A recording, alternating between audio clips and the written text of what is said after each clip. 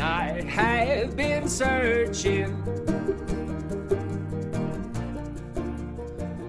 Welcome to Following the Fire, a podcast for Christians who are rethinking their faith and need a safe place to doubt. As we wander through the spiritual wilderness, we want to find and follow God wherever the pillar of fire leads. And just like God's people in the Bible, we get lost, we miss the point, and we don't have all the answers. But maybe that's okay. We're on this journey together. I'm Nathan. And I'm Steve. Even on my heart can't compare with what you're. Yeah, what I do is I go and I, about once every year, or ish, and I get a new prescription, and then I forget to get glasses. I mean, I got a new prescription in like June. Have I gotten these fixed yet? No, this is the old prescription. You gotta hurry. It'll run out. They don't give you long. This time, I'm gonna do the old man thing and buy 2 pairs of the same glasses. That's smart. Yep. You know, I do that with shoes. That's like peak adulting right there, man. Yep. You never know when they're gonna change something. How was your Halloween? I had a good Halloween. It was an unusual one here in Colorado. No like winter coat needed. Yeah, that was weird. No snow. So that really opens up the costume options. Yeah, global warming isn't all bad, right? No, great for Halloween. Lot of loot collected. Yeah, a lot of neighbors participating.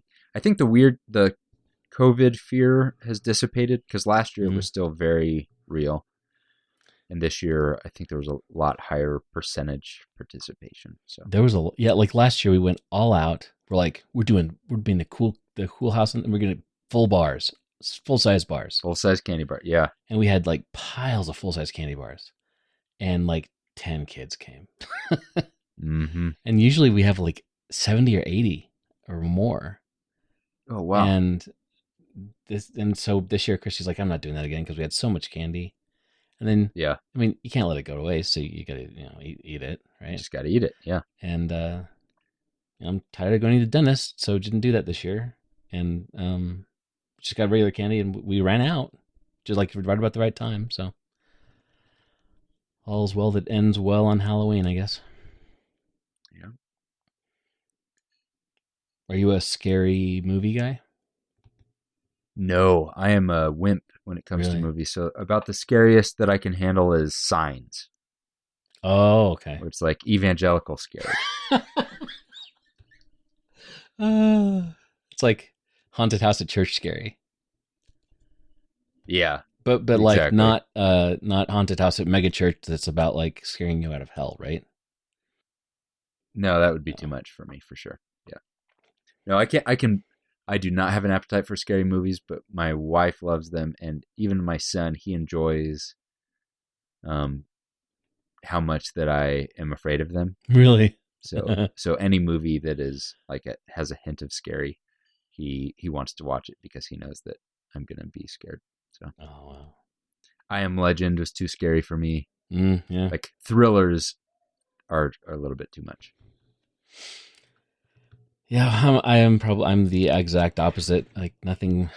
I probably just deadened myself to it. Anything now.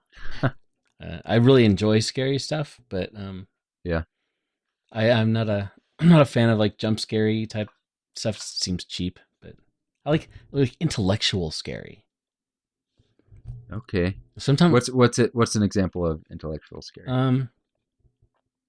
Like, for example, so sometime I think I'm going to do an episode on the Netflix show Midnight Mass. Never heard it's of it. It's a series of like 10 episodes long. It's like one and done type of thing. But it's about a little island there's a one church on the island. It's a little Catholic church, and things happen, and it's scary. People die. But it has some of the deepest theology and interesting things that I've ever come across. So I might ask you to go outside of your comfort zone at some point and watch that. But no, I'm not going to force you to. All right. It's But scary. that's So, what I mean by intellectuals. It's like, it's not like lots of jump scares, not gross blood spurting everywhere, all that kind of thing. It's more okay. like existential horror. Like if like, I don't know. Look, there's a It lot won't of scare talk. me in the moment, but I'll just be like kind of scared for the rest of my life a little bit. Yes, like the kind of thing that you will think about years later. Like a movie that I just Okay. saw on Halloween called Midsommar. It's Oof. Is that an old movie? No, Not old, it's but pretty like new. 5 years. 2019 maybe? I think that looked terrifying. That Like a cult movie? is so terrifying. Like legitimately. Partly Yeah. because it's the only horror movie I've ever seen in my life where it's none of it is in the dark or in the shadows. It's all bright light. Ooh. Everything looks happy and Yeah. fun. You know, pretty girls dancing around with flowers in their hair, and then oof. Do not watch that movie. But that's a I movie know. I will be thinking about next year. Like, yeah. I mean, yeah. Yeah. I can't. Talk about I do your not have. religious deconstruction. Yeah. I do like, so not horror, but I would say dark comedy is probably Okay, my okay. favorite genre, and especially I think there's a director, Martin McDonagh, Mhm. McDonough. and he directed In Bruges, and In Bruges is this very existential movie where it's, you know, the themes in the movie are they're kind of beating you over the head with it, but I love it because it happens in Belgium, so that's maybe why. Is it in English or Flemish? It's in English, okay. yeah. It's in the Queen's English. Okay. Colin Farrell and Brendan Gleeson, I'll add it to my watch list. and it has more gore than I tend to like. So there are hitmen and people get killed and things. I don't usually like that, but the ideas behind it very intriguing to me, and it's kind of an allegory for purgatory, the whole thing. But in this case, purgatory is Bruges, Belgium. Ah. Yes. I use this website called Letterboxd to track stuff I want to watch and what I've watched and things like that. And this review, the top review on the In Bruges, the only film where you will witness Mad Eye Moody and Voldemort sit in a bar and call each other names. Oh, that's right. I knew Mad Eye Moody. I knew Brendan Gleeson was in Harry Potter, but I forget that Ralph Fiennes is Voldemort. How interesting. Yeah. So, but that's pretty old. That's I used to use movies. That's one of the movies that I would use to see if I'm gonna get along with somebody or not. Really? So like, you know, a few weeks into a dating relationship or a friend relationship, you can kind of bring that up, watch the movie, and then it's kind of a Litmus test? A litmus? Thank you. Yeah. I was thinking of chemistry. You got it. Not a very fair litmus test. I don't actually care if you like that movie. Not objective. Yeah. But I do feel like what we like, what we celebrate, can be very revealing. Absolutely. Like, I feel like those questions like favorite food, what would you bring on an island, what do you listen to, all of those things. There are these little micro clues that you learn about people. Mm-hmm. I tend to be very judgmental about those things. But yeah, and I mean, I haven't even been judgmental at myself or of myself. Yeah. Like this, for example, this Letterboxd website has a thing where I can share a link to anybody who wants to follow me or see the movies that I've been watching and stuff like that. I'm never going to do that. No, how terrifying, how vulnerable. Right? It's like, I don't want you to know what that tells. This is way too much about what's in my brain and what I'm thinking. And it's Oh, embarrassing. totally. So when I was I've shared this with everyone I've worked with, which is a bad idea. Too vulnerable. I'm an oversharer, which is good for podcast world. But Yeah. bad for corporate world. Not a good idea. And I had this summer after college, Netflix was becoming a thing. Yeah. I don't know, like digital or you children out there. No, after digital. So I was going to say Netflix started. They'd send you your disc in the mail, and then for a while, some volumes were available only on DVD, and some volumes were only remote. But when I graduated, I would get the free Netflix trial for a month or whatever. I've done that like 5 times. But what happens, especially back then, less so now. Now you see things like what's popular, what's trending, and it's just like those are always bad movies. But back in the day, it was trying to figure out your blueprint and who are you as a person. The algorithm. And so you'd watch a movie, you would rate it 0 to 5 stars, and then it would try to decide what movie would you like based on how you rated that movie. Yeah. And it's kind of like the degrees of Kevin Bacon, where it only take what is it, 7? You're always 7 degrees. people away from 6 degrees of Kevin Bacon. So you can really be radicalized quickly on Netflix, and we know that in Facebook now. But I watched some movie. I don't remember what it was. It might have been like an independent French movie because I was trying to pass a French exam to get credit for French in college. But I was like, that was great. Amelie, maybe. Right? That's a good movie. Yeah. And then I said, that was so good. It recommends a movie. It's a little bit weirder, but I think like, you know what? That was great too. And then so it just keeps pushing. How weird is this guy going to get?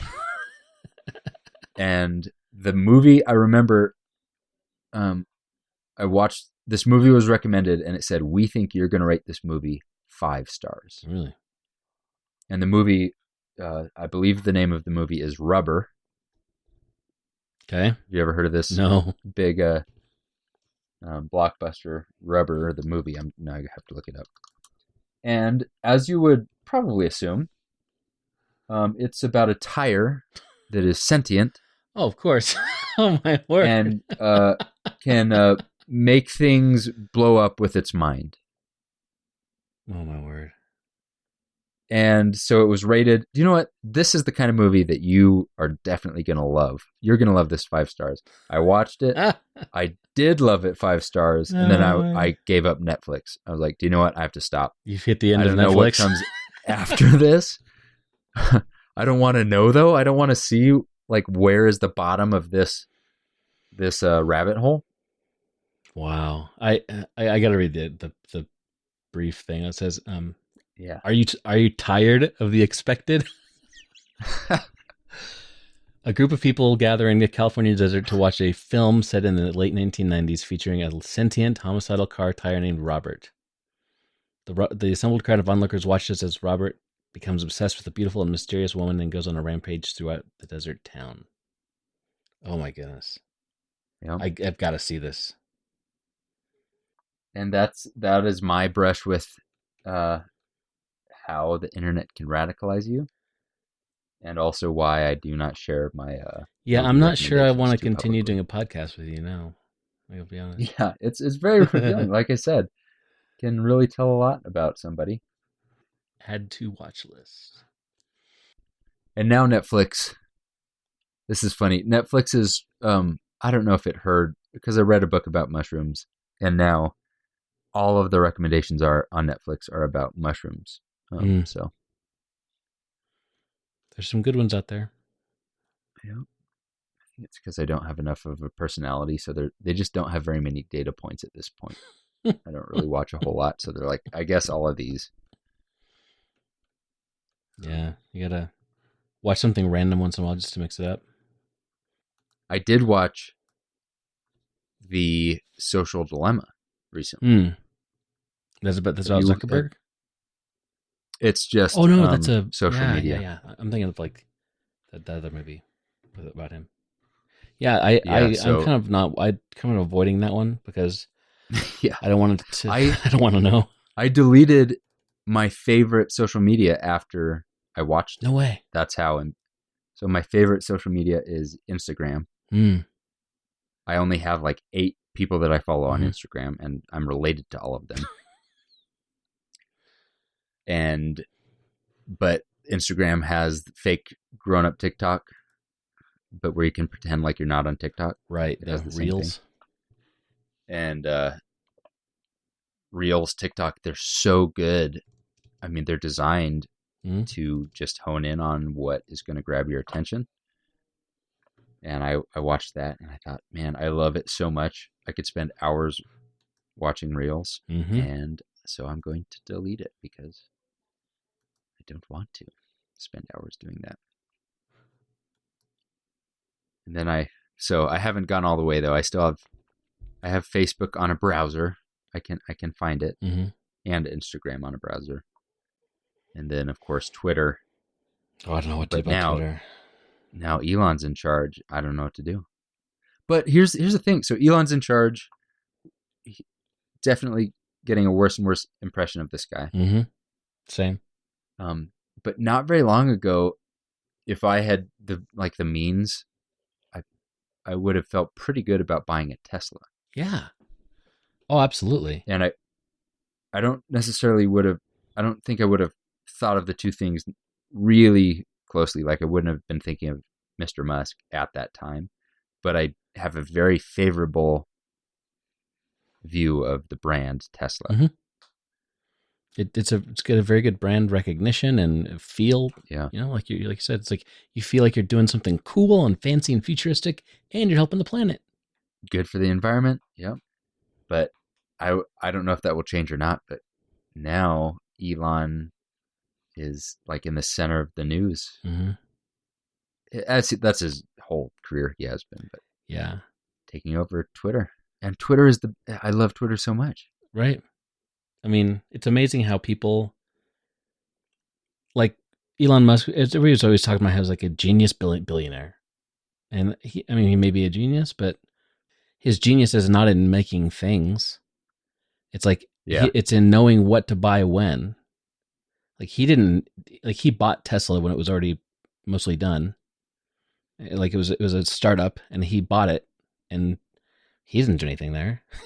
I did not know that. Yeah, and he made all his money because he invested in PayPal early on, and before it was called PayPal, and they sold it, and he made like $1 billion or something crazy. He's been living off that since then, and just like investing in the right thing at the right time.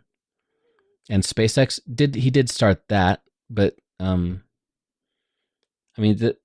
he's not. He's just good at self promotion too. He's really good at self promotion. Yeah. Doesn't making you think that he's different than he really is. We have it's a new phenomenon where I think it's called attention economy. Yeah.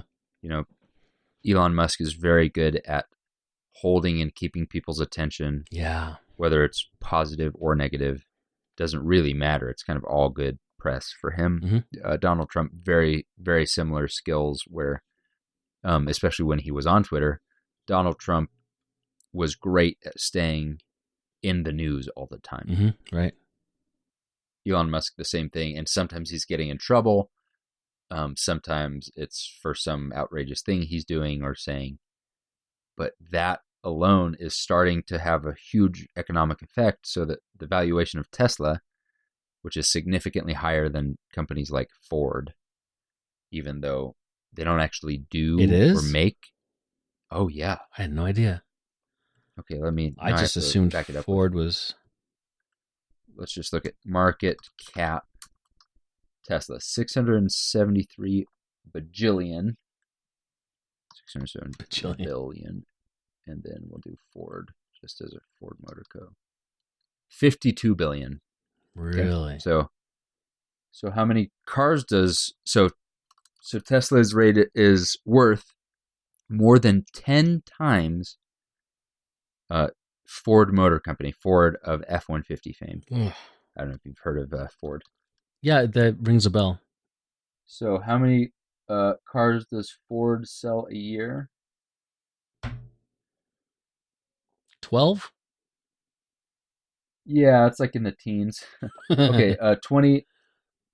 I'm just looking at the past 1, 2, 3, 4, 5 years. About 5 to 6 million cars a year. Okay. Tesla, about 300,000 cars a year. Wow. Right? It's a So lot less. Ford sells more than 10 times more cars per year. Mm-hmm. They actually do things Mm-hmm. and make products. Tesla just has Elon Musk saying stuff. And they're worth 10 times more than Ford. Wow. Isn't that insane? And that it's just like a great microcosm for it's a great example of where we are today, where in politics that attention economy, people like AOC, MTG, Lauren Boebert, even Bernie Sanders, people who can capture the attention somehow and stay in the news. That's starting to be more valuable than things like, say, competence, Mm-hmm. experience, results, delivery. And so Tesla is this great example of how capitalism is rewarding somebody loud more than like, someone who makes cars Yeah. and does stuff.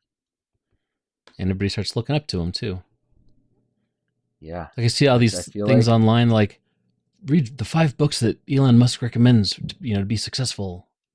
And things Yeah, like that. and he has TED Talks, and he's a very inspirational figure for a lot of people. And I don't know, I don't have a completely negative view of Elon Musk. I think there's some interesting, he's an interesting person Mhm. for sure. But the system that raises that kind of person and elevates them, I think, has problems. Yeah. Think of the preacher who is elevated not because of maturity or wisdom or service or whatever, but is hot and new Mhm. or just great at self marketing. Mark Driscoll is maybe an example of that, Mhm. where what's happening in our economy also happens in churches, big and small.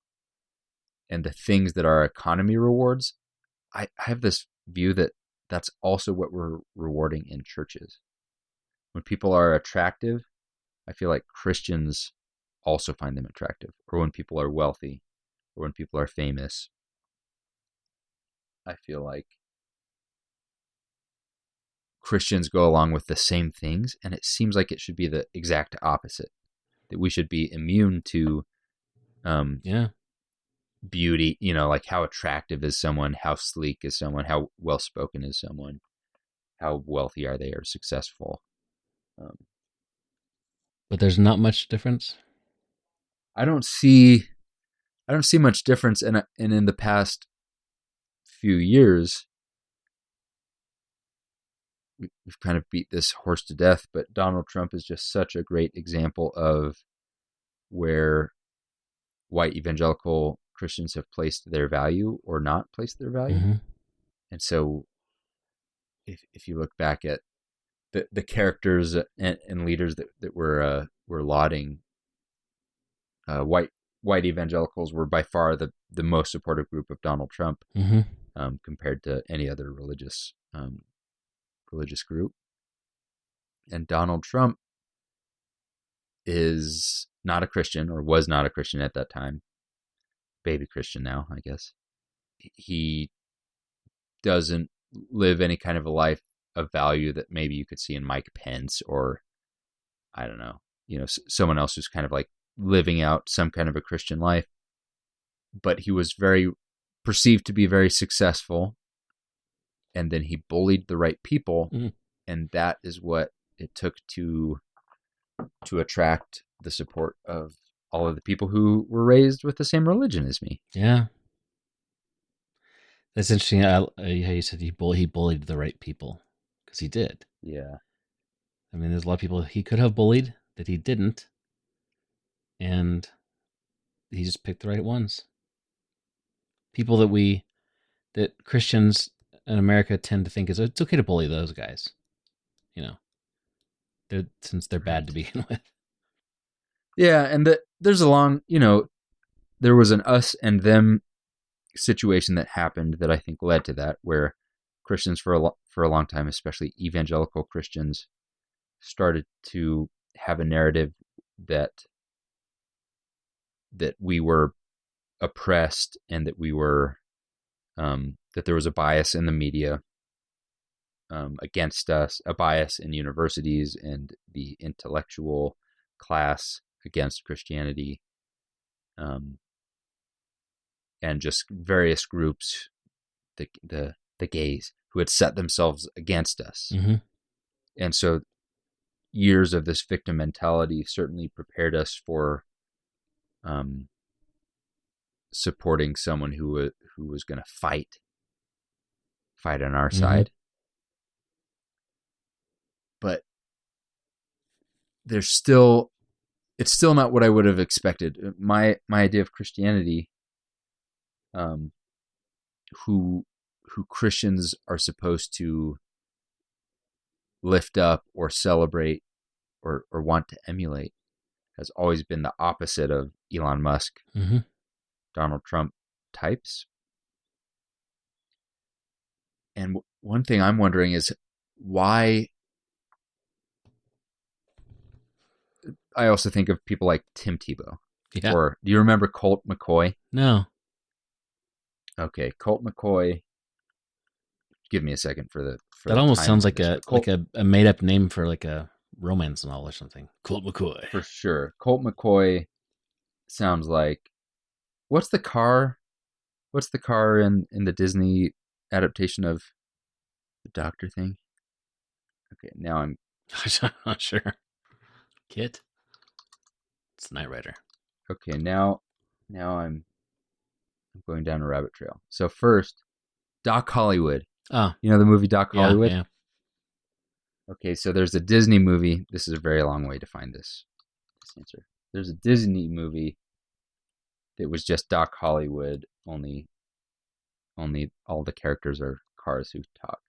Cars? Cars. Okay, the name is Cars. What's the guy's name? What's the car's name? Cars, the movie. The main guy. Flip Piston. I just made it up. What's his name? Shoot, I can't think of it. I can't even. This is so hard to Google because Cars is not a good name for a movie. Disney. You got to do Pixar Cars. Plot. Oh my goodness. Lightning McQueen. I'm not even close. Okay. I thought his name was closer to Colt McCoy. Colt McCoy was a college quarterback. Okay. Who did he play for? College career. University of Texas. Okay. Like really hot quarterback, University of Texas, but also Church of Christ. Really? He's affiliated. Plays for the Cardinals now, Arizona Cardinals. Yeah, professional quarterback now. But this guy was just a hot quarterback in the 2000-somethings. But because he was Church of Christ, he really blew up in my circles and the people who are really proud. Like we have Colt McCoy and Weird Al. Right. And so what Colt McCoy, it's not like he was like servant-hearted or like in a jail ministry, or he was just good at a game called football. And happened to go to a Church of Christ. The throwy guy. And in a Church of Christ. And so just like immediate allegiance from from our community. In the Church of Christ, like the allegiance is very strong if you're actually COC, if you're tribe. But if you think of, let's say, like evangelical support for George Bush, that was very much a thing. Like this guy is affiliated with us, and so we place our support behind him, even though he's very loosely affiliated with us. But that's all it took. Mhm. Like Colt McCoy, again, he's probably a stand-up guy, but he was just good at football. Yeah. And that evolved into the overwhelming support of people like Donald Trump, which is now evolving into its election season. It's probably election day when this comes out. And in Colorado here, Lauren Boebert in her district is extremely connected to the local church in her district, Oh yeah. is very vocal about her Christianity, and is a very hateful person. Yeah. Extremely. But it's almost like doesn't matter how bad they are. If they say, "Oh, I'm going to church," then like everything's fine. Yeah, and Donald Trump is not going to church, so we kind of leapt the tracks from, I don't know, a faithful believer, being defined as someone who goes to church on Sunday. Yeah. And what Lauren Boebert is doing, or Donald Trump is kind of fighting against the enemy in our society that is perceived to be the enemy of Christianity. Mm-hmm. And I don't know. I guess I'm asking, how did we get here? But also, like, who should Christians celebrate? I don't think it should be celebrity or powerful or rich. And how do we recognize the right kind of people instead of just following our society into being in love with Elon Musk or Jeff Bezos or Steve Jobs or whoever is successful and or bold or strong? So why do Christians honor and elevate people who are horrible people? Not Christ. Yeah. The Jerry Falwell Jr. documentary also just came out. Oh. He's just another example of this guy's on our side, not necessarily a stand-up guy. Yeah. But we're on his side. It's like if we read the Bible and Goliath was on our side. That's right. That's what it is. Yeah. It's like, man, this guy is great. He's mean, he's strong, and he's on our side. Right. And it'd be interesting if the Bible was like that, it'd make a lot more sense. That like every once in a while we just say, hey, we just got a Goliath. And, they're tough to keep fed or whatever you have to do with one of those. But it's nice to have the big one on your side. But that's the opposite. The Goliath is not the good guy in Christianity. I think this is just indicative of like everything that's wrong with modern Christianity, to be honest. It's that, I mean, when I think about this problem of who do we elevate, who do we put up at the top of the list of, like, you're a great person, I want to be like you, or talk about you, like read the books you read. It's become, in America these days, it's become about power, period. And one could argue it's always been about power for humanity. And I think what's going on now is that I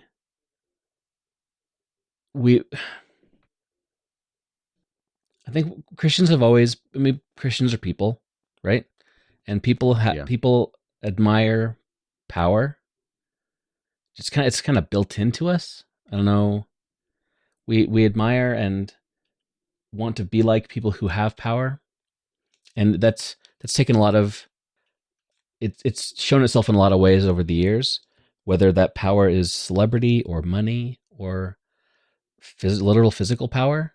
Do you remember the dudes who I never saw them back in the 80s or 90s, the power team, Christian power team? No. I think they were called. Yeah, the power team. There's a group of Christian evangelists, and they incorporate their preaching with displays of strength and martial arts skills. Oh, that's so cool. Okay. Like these dudes, like these huge hulking guys, they'd come to your church, or they have an event and you invite your friends because these guys are strong. And they go up and they bend bars and they tear phone books in half and stuff like that. And all the while, like, look what Jesus can do through you. Rah! Yeah. And It's so funny. And what they were doing is just tapping into they're still going. Oh, sorry, I got distracted. The power team Coming got come. soon to. Oh my goodness. Anyway, what they're doing, they're tapping into the basic lizard brain mentality of humanity that if you are big and you are strong, then that is a good thing. Same reason why CEOs in America, aside from most of them being white dudes, they're almost all above 6 feet tall. Almost all of them. Lots of hair. Yeah. And because we subconsciously, don't even think about it, we assume that if you are a bigger, stronger person, that you are a good leader. Now, sure, if that probably, I mean, it would have helped back in the days when we were, fighting in the jungles with each other, or even just, like on horseback, like with swords and stuff. Yeah. The bigger guy is going to win, and you want to be on that side. And that makes so much sense, but what doesn't make sense to me is I don't find that in the Bible anywhere. No, not at all. And I find the exact opposite. Like the entire story is Jesus humbling himself and then sacrificing and sacrificing and sacrificing and giving up. Yep. And then his leader saying, "Wait a minute, aren't we supposed to like attack people?" And he says, "No." And then his Sermon on the Mount is an anti-attractive, anti-power, anti-rich manifesto for setting up this system that is the inverse of what Rome is, which is power and might and wealth and whatever. And I think you've hit the nail on the head as far as why so many people that I've talked to don't want to be called Christians anymore. They don't want to be aligned with that idea because they are the people that don't want to be. Ironically, the people that I have met who don't want to be called Christians are some of the most Christian people that I know, because they have aligned themselves with the teachings of Jesus and what he stood for, and they have seen that has become 100% reversed in today's culture. It's like somebody took the Sermon on the Mount and said, let's do the opposite of this and call it Christianity. I mean, I mean, this is exactly why. I mean, people often say that Trump was a large part of a large trigger for their deconstruction, and for me as well, and the climate that he kind of nurtured around that whole thing. But I think what it comes down to is that he was the trigger for lots of Christians to see he was the trigger for a lot of people to realize that what we have been calling Christianity in America for so long is not Christianity as it was designed to be. And when I found out that some people that I honored and respected so much, who taught me so much about God and the right and wrong, were championing this guy. I mean, we've said this many times before. When I saw that, I thought, what else did they teach me that was wrong? Or that I misunderstood, or who knows what. So, I mean, it's a huge problem. I still just struggle with how I don't understand how the whole system, the Christian system, that is diving into the story of Jesus and these stories in the Bible, and that is what brings them together. That is what is defining their culture. I would, like, if I was a scientist, my hypothesis would be the people reading these stories, when they encounter a system that is unjust, they're going to go for the losers. Their Underdog. ideology tells them choose the underdog. Yeah. Or when there is someone lording over someone, or rich or powerful, this ideology teaches people to be meek and sacrificing and humbling themselves. Yeah. In the face of that, even as a defense against the worst extremes of that, which we saw in Rome, that this is an ideology that if you grow up with this, that if this is what defines you, and you encounter this in life, this group, on average, is going to choose to be humble or sacrificing, or choose the meek or peace-seeking person. And it's discouraging to me. I know there are tons of Christians who do that, but the community that I was a part of and the community that I see as a group did not choose that. Yeah.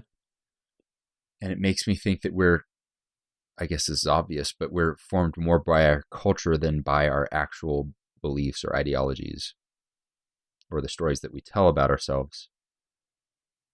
Just the stuff. We still are attracted to fame and celebrity and wealth and symmetrical faces and yeah, nice clothes. I don't know that. Have you had the same therapist for like a long time? Yeah, a couple of years. When you found them, did you ever find yourself on the like Psychology Today website? Oh yeah. Like looking at reviews and things. It's like MySpace for therapists, and it's just like it's no information. Yeah, it's like here's somebody, here's their face, here's a bunch of bogus information, like what's their specialty, like depression, life changes, relationships, life. Yeah, it's like they all say the same thing. And so the only distinguishing factor, like there's the different degrees kind of, and every once in a while there's like a specialty focus. But what I found out looking at therapists on Psychology Today is I don't trust the ones who look funny. Really? Yeah, like if it's like, if it's a weird picture, it's kind of like when you go get your haircut and then you walk in and the person has a bad haircut. You're like, well, yes. Should I go through with this? And with a person's appearance doesn't have any correlation to their mental health. Shouldn't. Hopefully not, until you get to the extremes. But I still picked up on things like, well, I don't know if I trust that person. They got a tooth like sticking up. Yeah. Their smile's kind of weird. Don't like them. Yeah, I mean, and it's automatic. Yeah, and it's not how that's not how therapists are. Not, you don't look at them and then feel better, that you talk to them. Mm-hmm. But I can't get away from like, no, the ugly people are the criminals and the villains in the Disney movies, and the good looking people are the hero. Absolutely. Yeah, and you don't get a lot of really unattractive influencers in the world these days, especially now that everything is a video. 2 seconds. Yeah. And you see that person and you immediately make a judgment call. And it's like when I was way back in the day when I was waiting tables at the Cracker Barrel in Oklahoma City, the servers who were more attractive got better tips. And they weren't nicer. They weren't better. They just got better tips. Yeah, I got great tips. Obviously. Yeah. That's why this is a video podcast. That's so funny. Yeah, it's just humanity, and I don't know. I mean, that's the thing that a lot of honestly, several of the big teachers of religions around the world, like Buddha, all about like bucking the system, turning it upside down, looking at things the opposite way, and not, instead of striving for things, like letting it go. And Jesus is all about, lifting up the poor and the needy, and the person who would never in a million years be somebody who you would honor. He wants to honor those people. And I love in Dallas Willard's book, The Divine Conspiracy, he talks about the Beatitudes in Matthew 5 and how a good way to read them to kind of get the vibe that Jesus was trying to get across is to read them as, well, it says like, blessed are the poor in spirit, for they will inherit eternal life. That's what the verse says, and even in the Greek or whatever. But read it as, even the poor in spirit are blessed and will have eternal life. Even them. Even the poor, even the lowly, even those guys will have a place in my kingdom. And so it's not setting I think that the Beatitudes are not setting up, you should be poor in spirit, you should be these things. They're not ideals. They are Jesus' way of saying, even the lowliest outcasts in society, they're going to have blessings in my kingdom. They're going to be lifted up and exalted. And it's completely turning things upside down. And so I just can't get past I'm with you. I can't get past the fact that that's how the things were how things began in Christianity. And it took about 200 years, maybe 300 years after Jesus was teaching on the earth for everything to go power hungry. And it became all about structure and who's bishop over who and who's pope and how much power do they have. And that turned into a political system like immediately. And then Constantine came on and made it all even worse. So that's the frustration that I am still struggling with. And it's hard for me to distinguish between my frustration with Christianity being abused and used wrongly and the reality of Christianity. Yeah. I find myself constantly fighting with, am I thinking badly about like the Bible? Am I distancing myself from the Bible because I'm wanting to distance myself from Christian nationalism? Right. Or am I actually learning something that's valid? I mean, it's a struggle. That's why I'm constantly telling people I don't know what I believe anymore. Yeah, I completely get that, because I now have a pretty deep gut reaction to the little micro signs that reveal that you're a evangelical Christian or not. Yep. And I used to be on the inside of that club, and so those little secret handshakes that we have were so great, and I really liked that part of, it feels subversive, Yeah. It's not super subversive, by the way, to be a plumber and put like a big old fish on your plumber, like Joseph's Plumbers in Christ or whatever your business name is. The ichthus fish thing in your car? The ichthus, or, there was a handyman van and it was like just a lot of crosses. And I was like, do you build capital punishment devices or you, anyways. But, those things are not as subtle, I don't think, as we thought. But I have this reaction against that because it feels surface level. But what I can't get away from this, Jesus and God, because I want this society to be like what their documents say they should be like. Yeah. I think that's what frustrates me so much. And I want it to be true in my life. I want to be like, I really, really want to be like who I believe Jesus says we should be. Yeah, I do too. And it's hard to see it. And I wish the system, there's so many of us, and all of these Christians I grew up with are dedicated. Like when we were at the church we attended, like it was the biggest part of my life. Mm-hmm. Oh yeah. I think, I judge the people who it was like maybe not the biggest part of their life, but they're still showing up. But the people there are earnest, Mm-hmm. you know? Yeah. And earnest plus they've got the Bible. Like, I want it to add up to more than what I'm seeing, you know? Oh, you and me too, brother. I mean, I think that's always been a problem with. Do you think it's because Jesus is the most attractive deity? Like, we got the best one.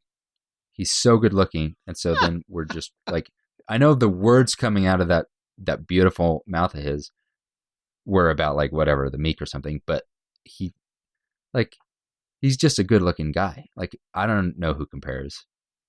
We're not allowed to draw Muhammad, so nobody knows, so it could be a toss up there. But, if it was me, if it was like no portraits, and by the way, you can't do it for forever, I assume that guy's pretty ugly. It's not like I'm getting the vibe that you're a little biased towards people with beards and long hair. yeah, white men with blue eyes and beards and long hair Right. That's my jam. Although I do think the Hindus have us beat. They got some pretty good looking ones. That's true. Like the blue skin's pretty cool. The blue skin is super awesome. They got like cool jewelry, multiple appendages, which is, useful.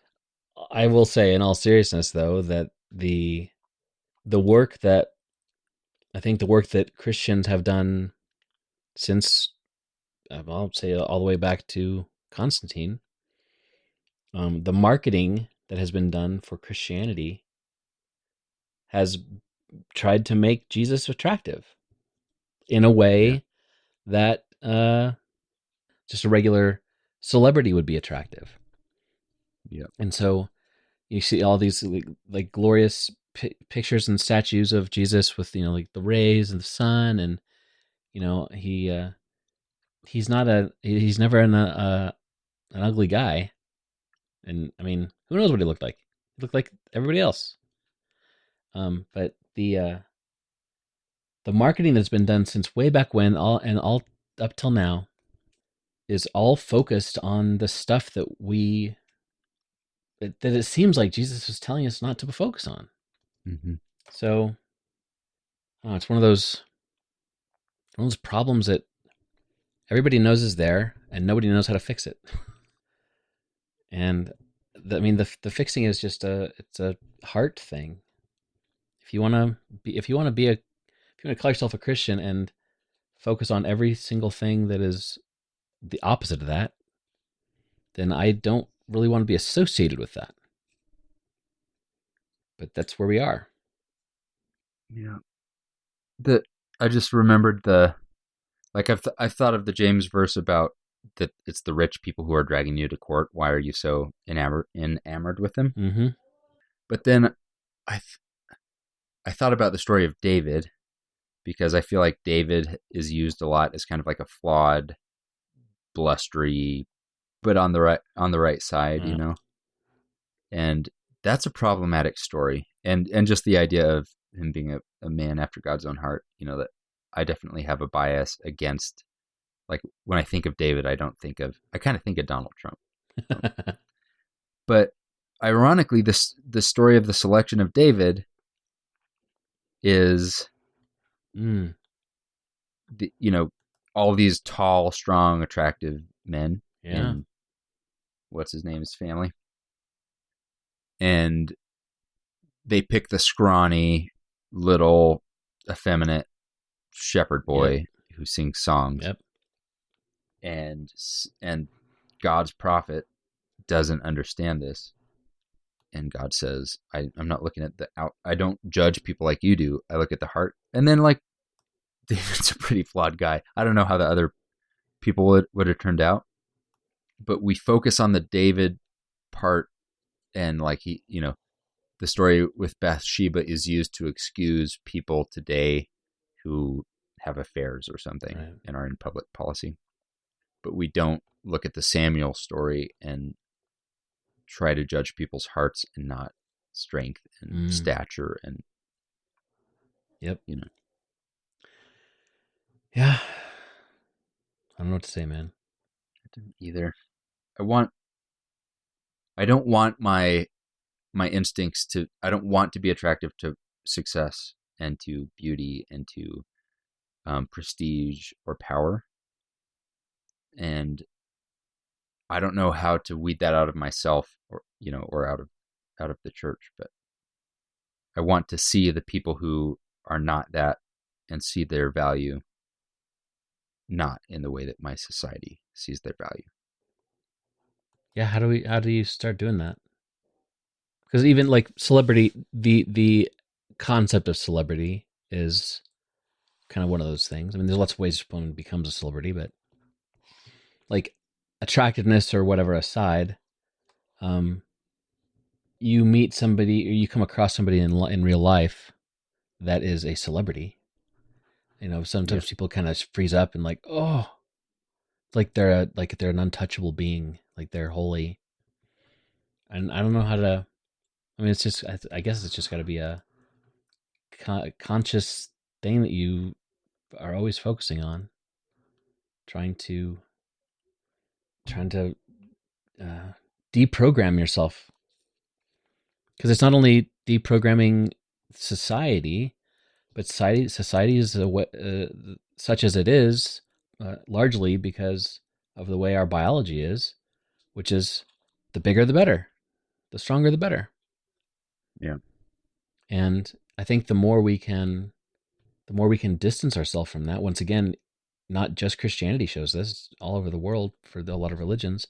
The more you can distance yourself from that glorification being great, because for whatever reason, the more you are in touch with the divine. There's this idea of this kind of idea throughout the world and throughout history that earthly things are dirty or unclean, imperfect, not what we want to be, because we see the light. I think Buddha said life is pain, life is suffering, right? I guess we see the suffering around us all the time, and we assume, we like to imagine that there's something not that. Yeah. And so it must be in the divine realm, and so that's like we assume everything is the opposite. And the only thing I can think of why American Christianity has gotten to the point it is that maybe Christianity has been that way for a long time and we just haven't been paying attention. Maybe it's not a new thing. Go back to the Do I Stay Christian book by McLaren.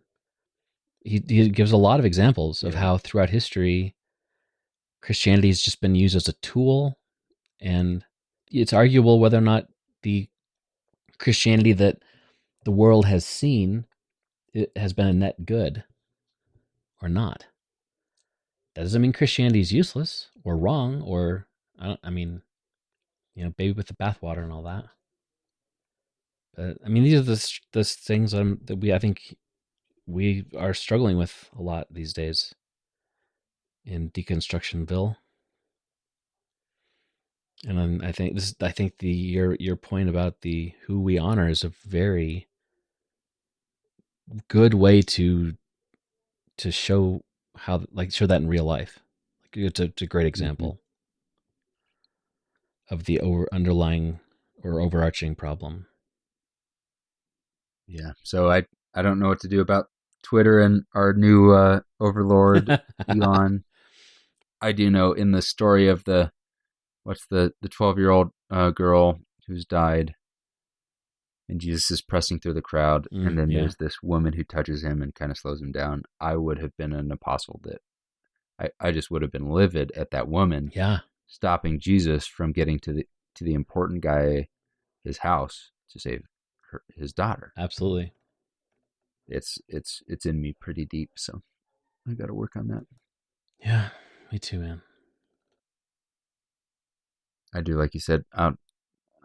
This is a wrap up, but the Christianity has been used to support structures like slavery or patriarchy or the Roman Empire or France or whoever. Right.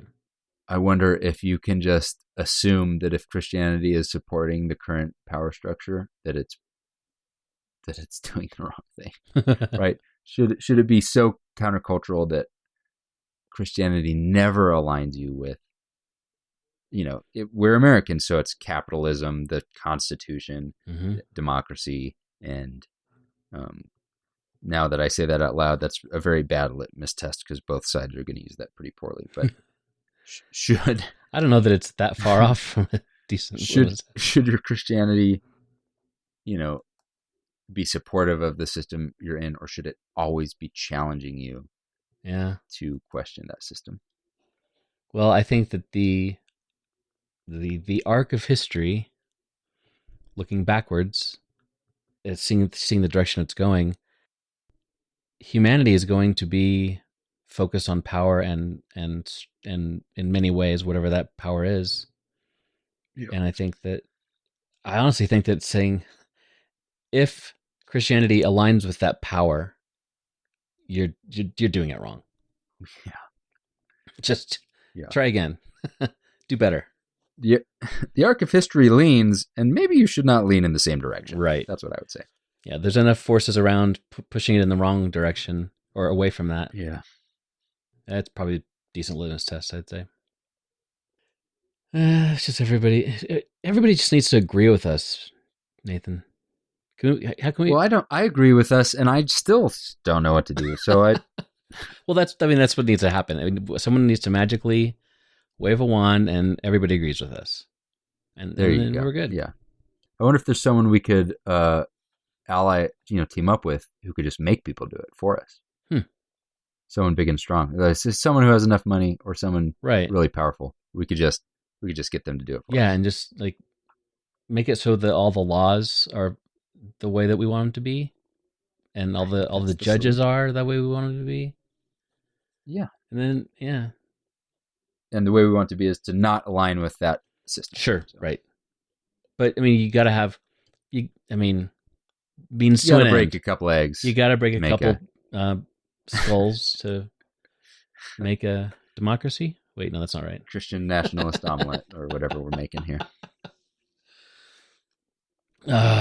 Trying to the whole problem of trying to live in a world and not be like it. Yes. Yeah. That's hard. Some days I just want to give up. Not today, Satan. Don't do that. I want to see how the generation that comes out of pandemic and Christian nationalism and all that, the ones who are in this uncomfortable space, your kids are an example of that generation. What are they going to do with Jesus? What are they going to do with the society that they're in? And are they going to be better or worse at their awareness and intention to follow or not follow that pattern?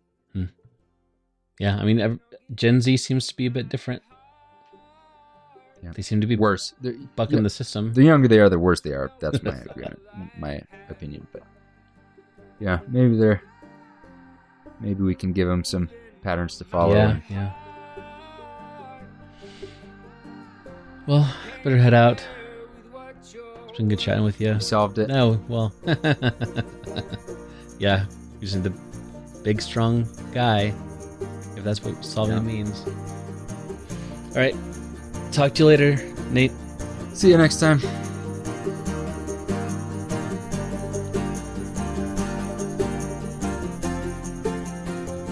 Hey, thanks for listening. We hope you got something out of the episode today. Check the show notes in your podcast app for all the links and references that were made, or you can find it all at followingthefire.com. If you'd like to support the show, please go to patreon.com/followingthefire to become a patron. And of course, we'd love it if you rate the podcast and share it with others. See you later. And I'll give you all my heart. Don't you know it's all I have? Even on my heart can't compare with what you're worth. I have been running almost all my life, but you always chase me down.